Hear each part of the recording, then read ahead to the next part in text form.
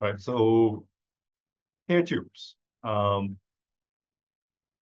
create hair tubes, the first thing we want to do is to create curves to grow the hair tubes. So we're going to go to create curve tools. There are a bunch of ways to create curves, and the one that I usually use and also native to Maya is the CV curves. When I say native, which means that other types of curves, like there are different ways to create curves, but at the end, they all have the same structure, which is the CV curve structure. So even if you create an EP curve or Bezier curve or pencil curve, at the end, they are just CV curves. Well, we'll get into the details, like what do we mean by CV and what do we mean by EP and Bezier, okay? So these are different ways to represent or mathematically represent curves. So CV curves stand for control vertices. So CV stands for control vertex, right? So if we click on the CV curve, our cursor turns into a crosshair, and that means you're in the curve and you're ready to draw.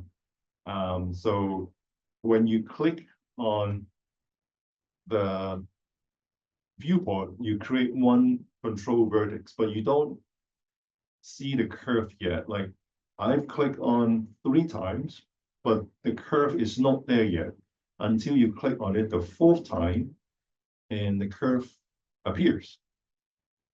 Right, so I've clicked 4 times, so I created 4 control vertices or CVs, and then we have curve. If you don't have 4 points, you don't have a curve, right?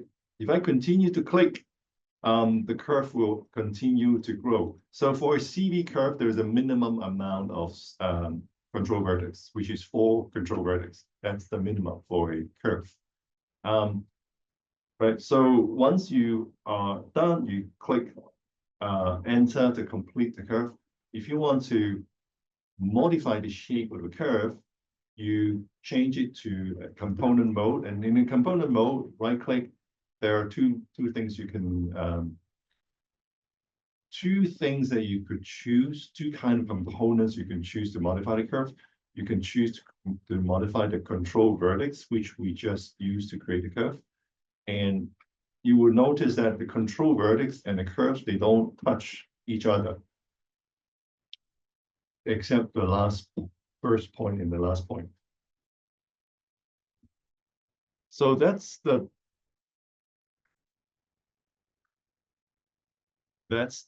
nature of CV curve. You could move the CVs, but the curves will never touch it. Right. So it may sound kind of strange to some people when they first, get into CV curves, but that's the nature of it. You could display the curve. So if you select the curve and display something called under the NURBS, a howl. If you display the howl, basically it's a sort of like a lower resolution version of the curve. And you see all the CV curves are connected by straight lines. Now, when you think about it, does it look familiar to you? We look at compare the howl with a smooth curve. Does it look familiar to you? It looks very similar to polygons and a smooth polygon. So what I mean by that is if I create a piece of polygon,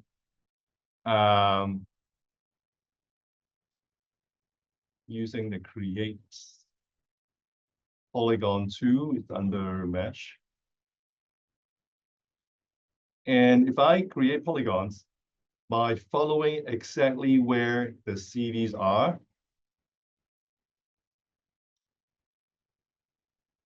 right? I'm creating a polygons, placing my my polygon vertex exactly at where. Wait, press the wrong button. Sorry. It's, front view. Exactly where the control vertex is. It ends up. Now, if I smooth the polygons by hitting 3, we wouldn't do it. How come? Oh, it's actually, it just did it, but I had to turn it into shaded mode. No, how come? It should be smooth. Anyway, let me do an extrude first. But I have to turn off the symmetry before I do extrude.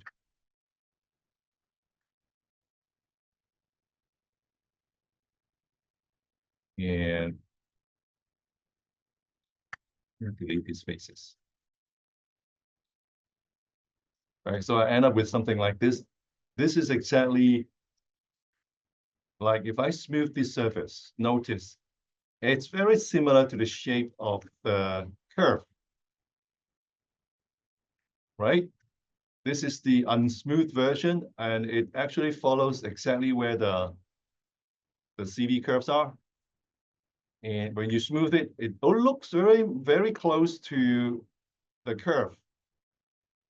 I accidentally deleted the extra face that shouldn't have deleted, right? So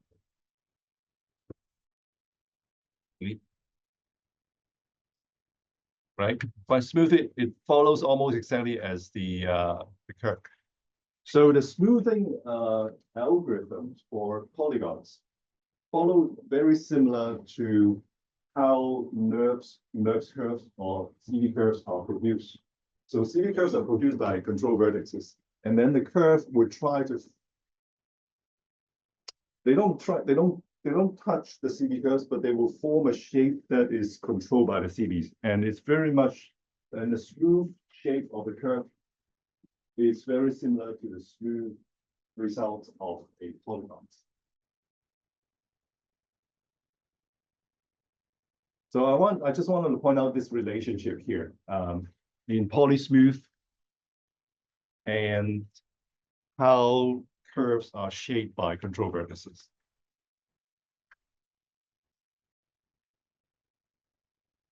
Okay, so we can get rid of this. All right. So enough talk about the CV curves. What about EP curves? What's EP curve? EP stands for endpoints. So if we click on the EP curves and we click. Now, with EP curves, the curve actually goes through them. So if we adjust the EP. Okay, let's jump into Bezier curve. Bezier curve would be you probably are most familiar with Bezier curve. It basically looks like this. Okay, and you modify the Bezier curve. It also turns into a vertex EP curve. I mean a CV curve. No, sorry, but with a Bezier curve, you can control with these handles.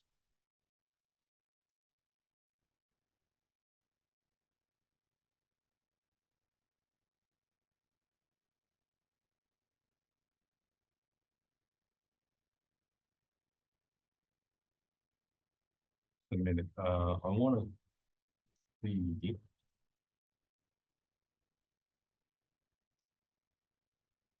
Oh, okay. You actually could move the EP curve, the added points, the added points on the EP curve. I stupidly had the soft selection selected. So I had the soft select enabled, so I can't move it. But you have to disable the soft selection, and now you can change it. right? So you could use either the CV curve or the EP curve to create your curve. You can also use the Bezier curve, right? You could change it to a component mode up here. There's a there are some buttons here. So this is object modes, and this is component mode, right? So people I'm looking at here. Okay.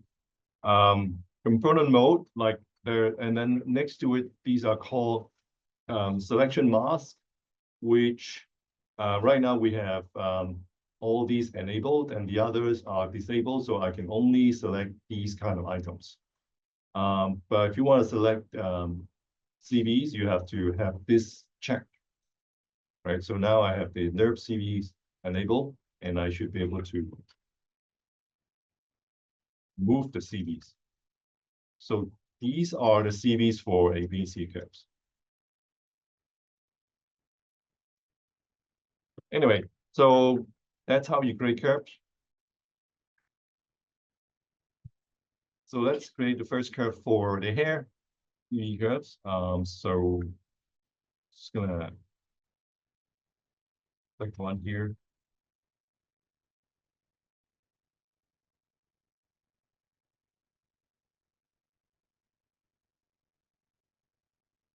So this, what I'm trying to do is to create a curve first, and then grow a volume out of this curve. So let me adjust a little bit.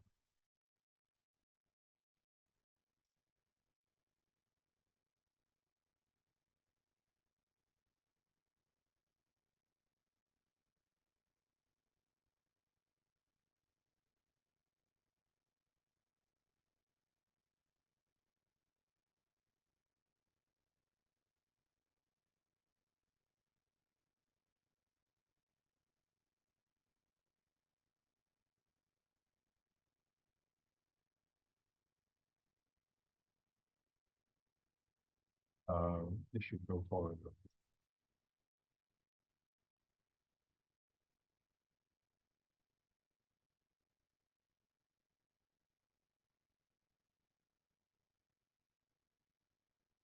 Right. So got my first curve.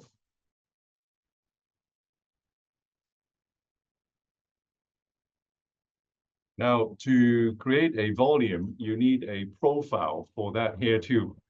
So a profile is a cross section of the hair tube. To do that, we're going to create a polygon mesh. We use the create polygon 2. We're going to switch over to the top view to create a profile. It doesn't have to be exactly where the hair tube is. It could be somewhere away from the hair tube. So I'm going to create a profile here. So this is the cross section of the hair tube. It's going to sweep through along, it's going to sweep along the curve to create a volume. So we are going to select the curve. And now I'm going to use the sweep mesh. So it's under create. If you're using Maya 2025, it's somewhere else. This option is placed somewhere else, and I don't know where it is. But if you're using Maya 2024, it's under creates, right? Sweep mesh. And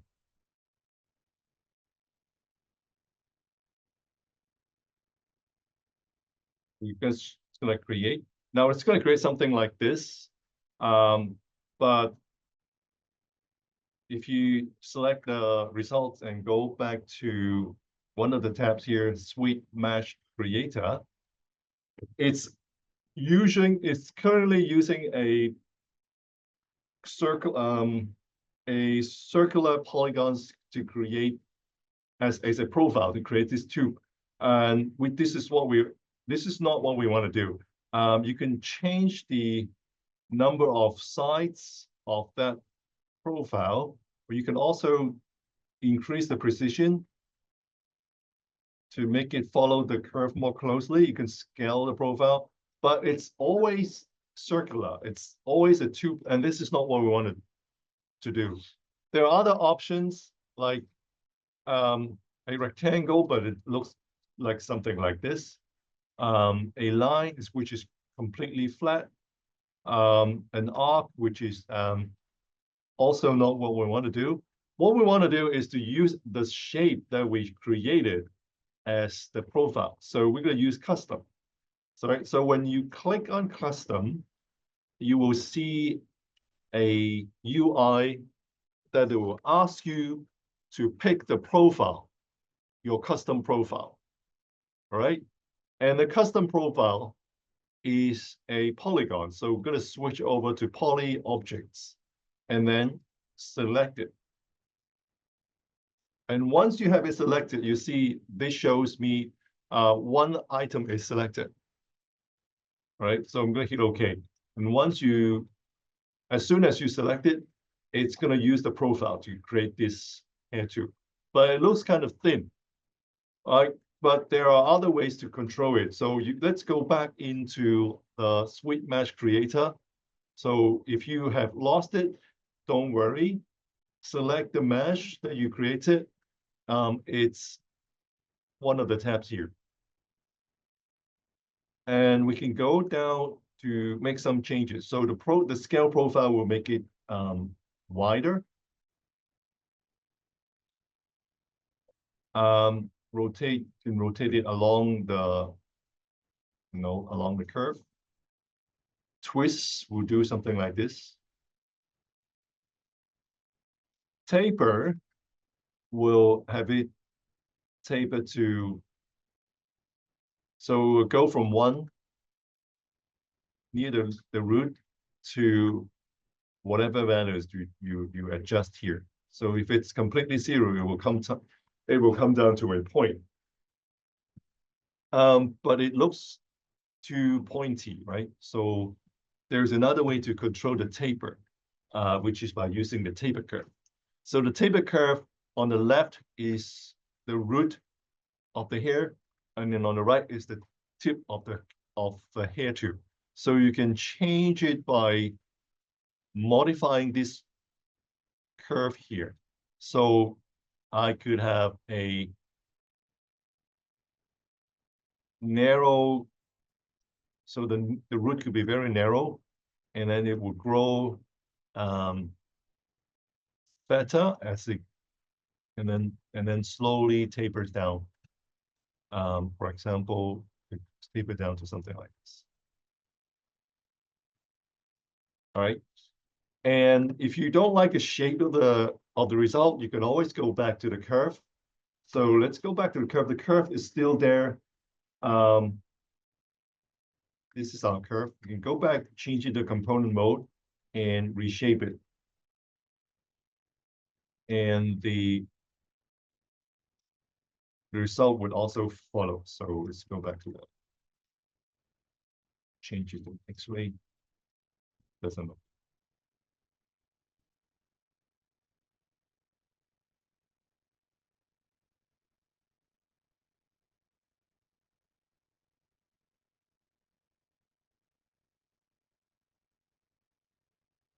Right? So maybe closer to the head. Yeah.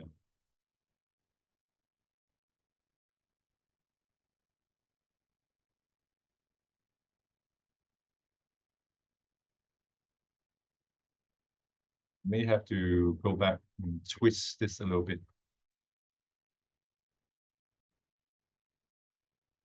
Okay. All right, so let me show you how to do the texture for this. All right, so if we look at the UV map, it looks something like this, right? Now, this is very handy if it's a layout like this. So let's select the top UV. So the top is here, right? The bottom is here, so it's very handy. All right, so I'm going to go into the hyper shape and going to create a default shader for Arnold. We're going to use the standard surface, right? AI standard surface. So that's the most basic shader for the Arnold renderer. And we're going to assign this. So have it selected and right-click, assign material to viewport selection, right? So we can now, right, so do something, okay, for example, change the color, but instead of having a uniform color, we're gonna connect a different node to it. What we're gonna do is to connect a, create something very simple. I'm going to create a ramp. Ramp is under 2D, so we're going to create a ramp. So the shading network will look something like this. It has a ramp node and it's connected to a place 2D node. The place 2D node is basically to control the UV. But what we're going to do with this ramp is that we can change the. Let me show you with the hardware texturing on, right? So you can see the left side of the ramp is going to lay over the UV.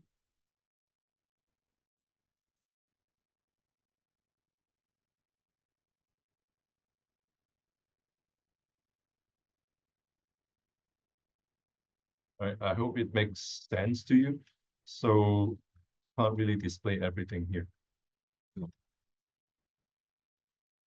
Okay, so you can see the ramp. The left side, if I change the left, it's going to, so the RAM right now, this is a VRAM. If you look at here, the type is a VRAM. And what goes into the, so that means this RAM is going to be oriented this way, but if you change it to a URAM, and then you see the RAM color is oriented in a different way. And this is not what we want. We want it to be oriented in the U and the V. Okay, and then this is where we could you know, change the hair color. For example, this, we can make it to red. And the bottom, we can maybe another shade of red.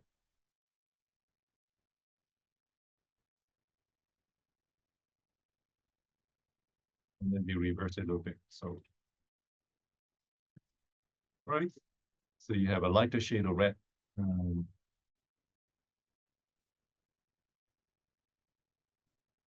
Somewhere like that. Okay. We can also apply a transparency ramp here. So what we're gonna do is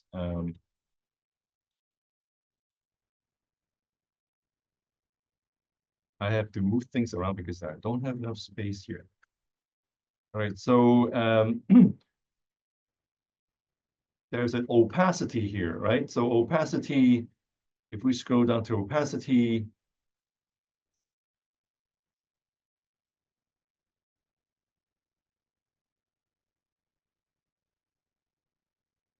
opacity is under matte. So if we change the opacity to, it's not here.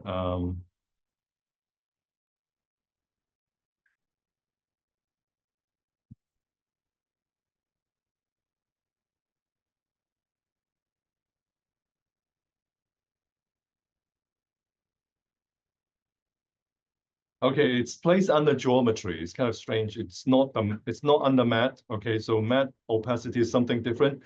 But there's a geometry opacity. To reduce the opacity, this thing will become should become transparent. So we render this out in Arnold. Going to quickly create a dome light, sky dome, and open Arnold render. So it's completely transparent. But if we change it back to 1, it gets back to, all right. So we could play with the opacity to create hair strands, right? So instead of a constant values, what we can do is we could map a texture onto it. So we're going to map a, for example, a fractal. So we're going to map a fractal noise to it so that you could see the result. All right, so you can see the fractal noise is actually creating some part of the hair strands transparent and some part of it not transparent, right? So if we shape this fractal noise, for example, have the V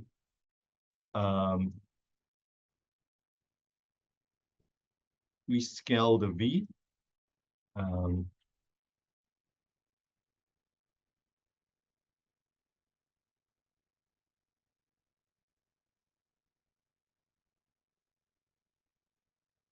Actually, we have to rotate it by 90 degrees first. Then let's see, this will repeat 10 times. Sorry. Okay, sorry, don't need to rotate. Oh, wait, no, we don't need to rotate. So this just needs to change the coverage. Right, so we get something like this, which we change the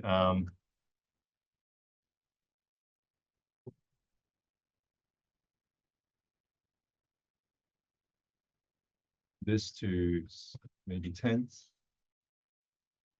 So what I was doing is actually I'm stretching the texture 10 times in the V direction. So you get a, like, if you don't stretch it out, you just get a fractal noise like this, right? So if you stretch it like 2 times, it gets stretched in the V direction, which is along the length of the hair tube. So just stretch it like 5 times, it gets stretched more. 10 times more, 20 times, then you're approaching more like hair strand. So 50 times, this is closer to hair strand. Okay, so we could also make the fractal noise a little bit more contrasty. Right now, it doesn't have enough contrast to create negative space, right? So there's not much negative space in it.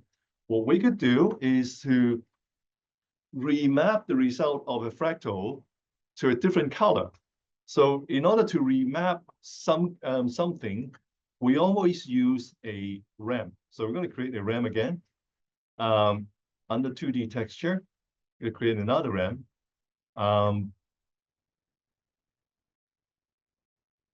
Move it around. Now this time we don't need a place 2D node. We only need a RAM.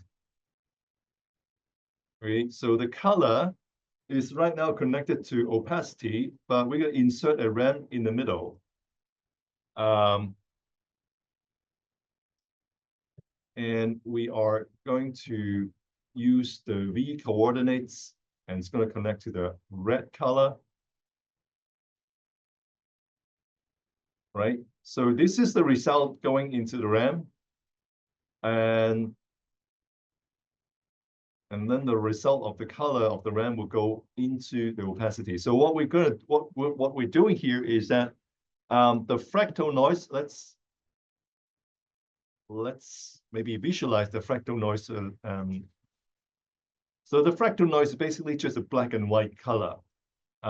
If we connect the fractal noise to the base color, you can easily visualize it. So if I plug into the base color, you can see it's basically black and white. So the red channel, green channel, blue channel are the same.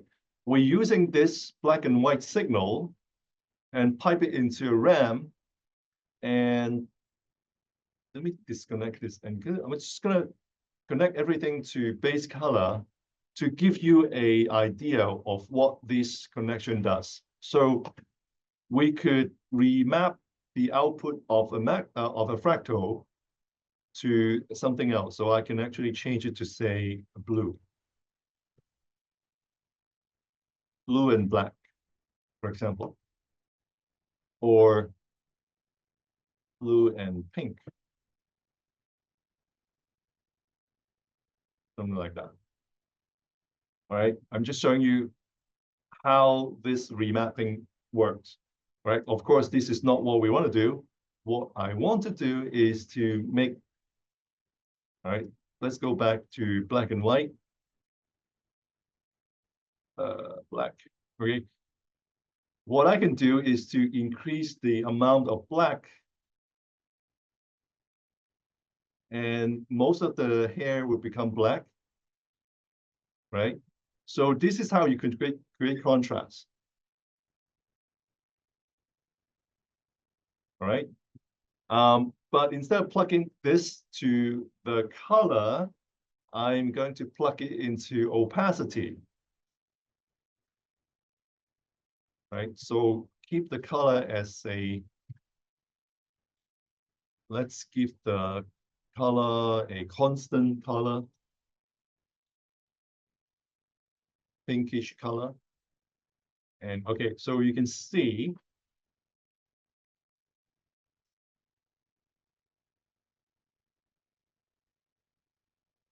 I sort of have some hair strand. Of course, you have to refine it a little bit, but that's how you create hair strands using a bunch of RAM, fractal noise to create the hair strand for the hair tube. Right. You could also refine, for example, if you want a tube, you want a tip to be finer. What you could do is right.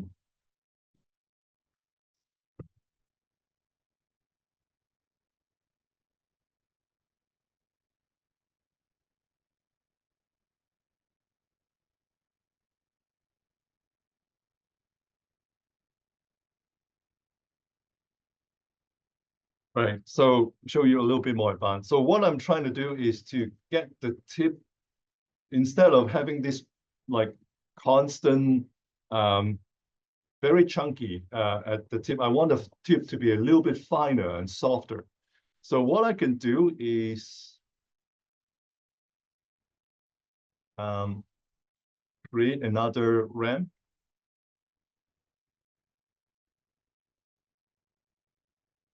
Now this RAM, if I use it, so if I connect it to the opacity directly, it looks something like this, right? So the tip is, the root is transparent, but if I reverse it,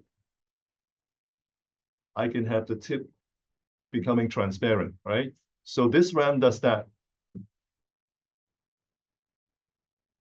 Right? I can fade out even, make it smooth. I can make fade out even smoother. Right, so what I'm going to do is to combine these two RAMs together. So I have this that creates individual hair strands, and the bottom one that creates a fade near the tube. So what I can do is to multiply these two RAMs. So I'm going to rename this to fade RAM. Oops. And the top, I'm going to call it hair strands RAM. So these two will multiply with each other. So I'm going to go to the math and find a multiply. Go multiply these two RAMs together. And so connect one color to the input.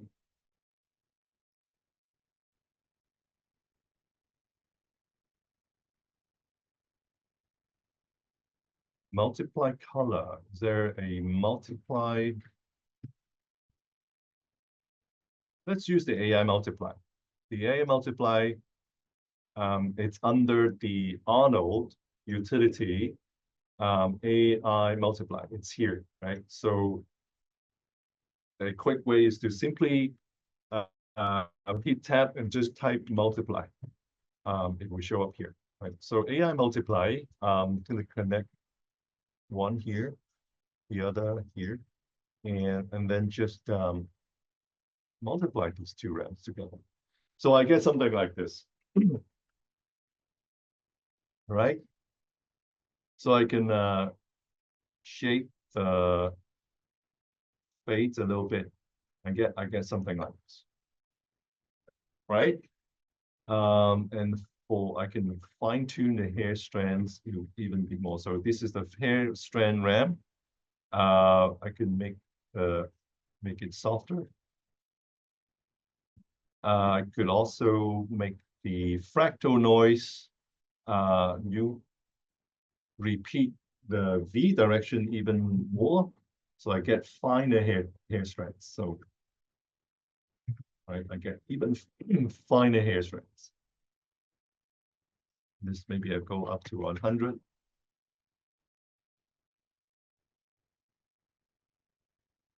Okay.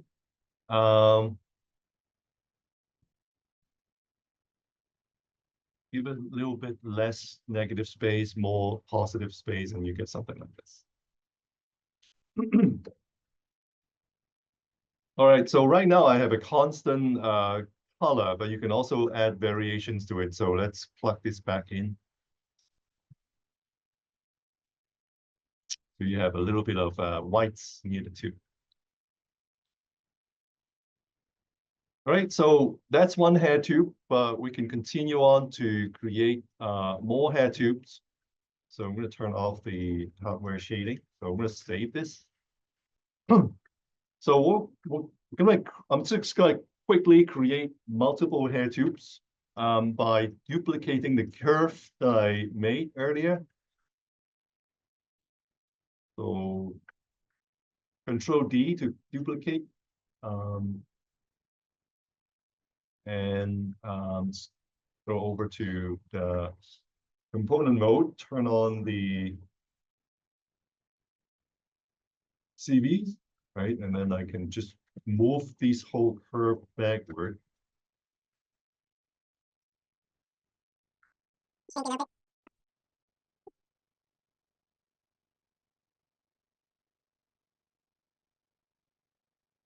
Duplicate another time, go back to component mode, move it slightly backward.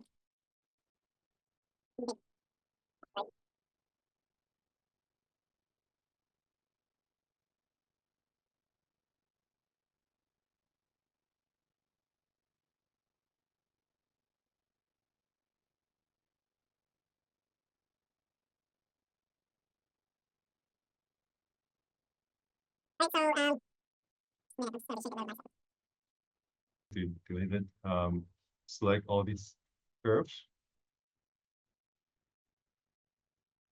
and go to create mesh, sweep mesh. Right.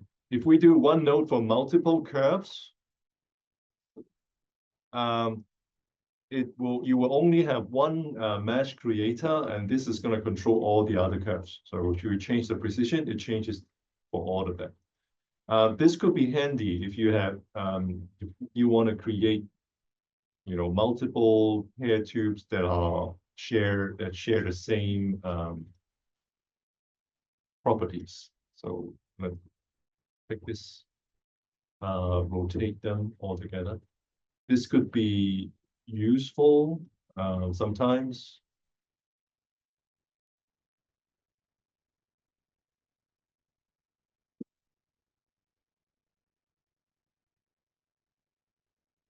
But I think, okay, this is completely flipped, right? So this should be, right, it could be useful, but may not be useful all the time. Because especially with the orientation, with the rotation, they don't, different parts of their head may require slightly different treatments. Yeah, anyway. So apply the same materials to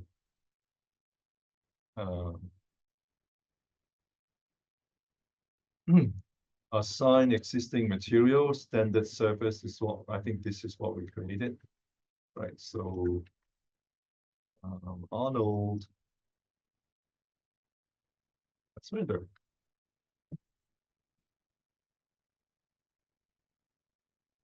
We'll get something like this.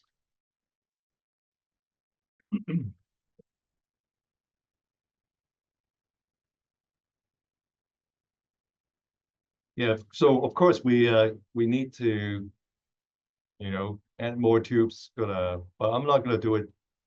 Just want to show you the possibilities. So you expand more negative space. You know, if you allow more blacks, and then you'll get more negative space.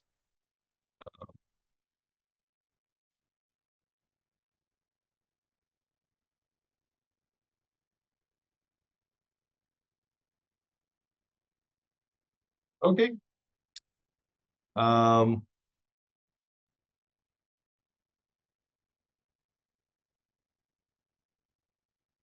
this is the map, the shading network, and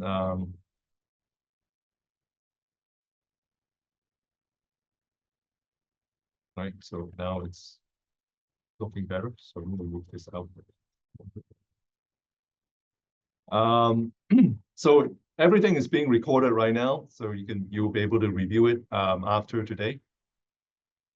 And I'm gonna also save this file and put it onto Moodle so you can download it and take a look. Okay, so do you need maybe a little bit of time to digest it? Right, I'll let you maybe try out things. The next 15 minutes to try out things, and then we'll move on to skeletons and the anatomy.